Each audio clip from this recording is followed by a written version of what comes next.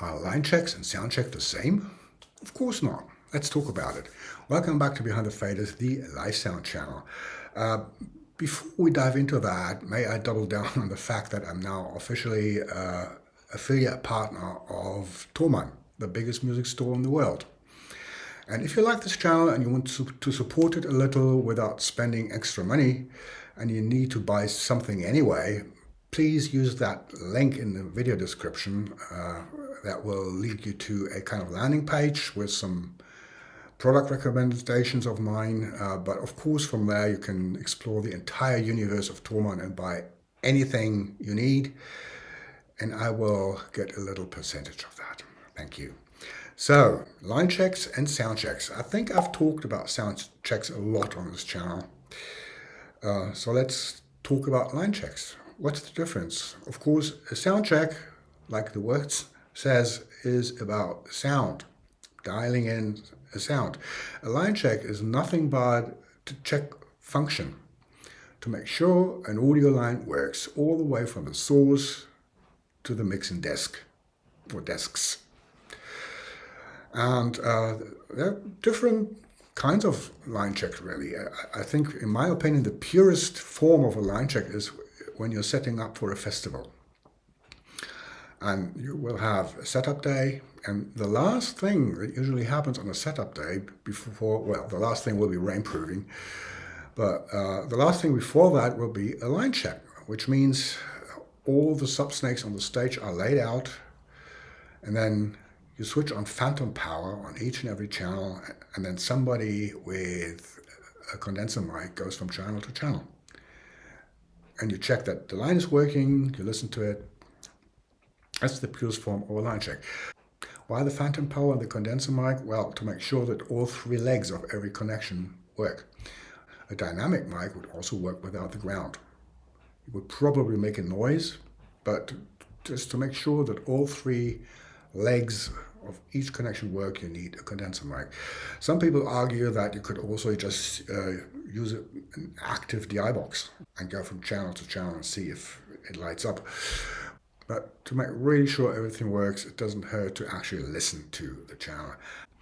And by the way, if you have never done that before, timing is a really important factor if you want to survive a line check like that without being half deaf. Why? Well, the guy on stage is plugging in a condenser mic and unplug it again. And we all heard the sound that that makes, right? So if your timing is bad, which means, first of all, you press PFL before the guy plugged in the microphone, and you listen to it through maybe a little monitor system or even through headphones, which is even worse. So you have that sound once. And then the guy says, channel 14, and you say something, yeah, it's good, or I have it, or whatever you want to say, while you still listen to it.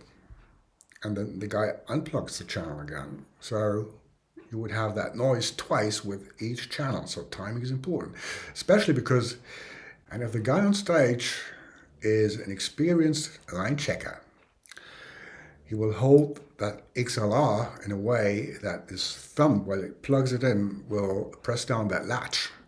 So it never really locks. So we go plug it in, hold the latch down, say channel 14, and if the reply is all good, go to the next one. So timing is really key. So you look at your desk, you see on your meter that he's plugged the microphone in, then you press PFL, then you listen to him saying channel 14, and then you stop listening to it before you even say, yes, it's good. Sounds silly, but trust me, I have been to painful experiences before I got into that timing. But anyway, so that's the purest form of a line check. Another form of line check would be if you are on tour with a band. So you set everything up, including backline, you mic everything, and then before the band even arrives, you do a line check.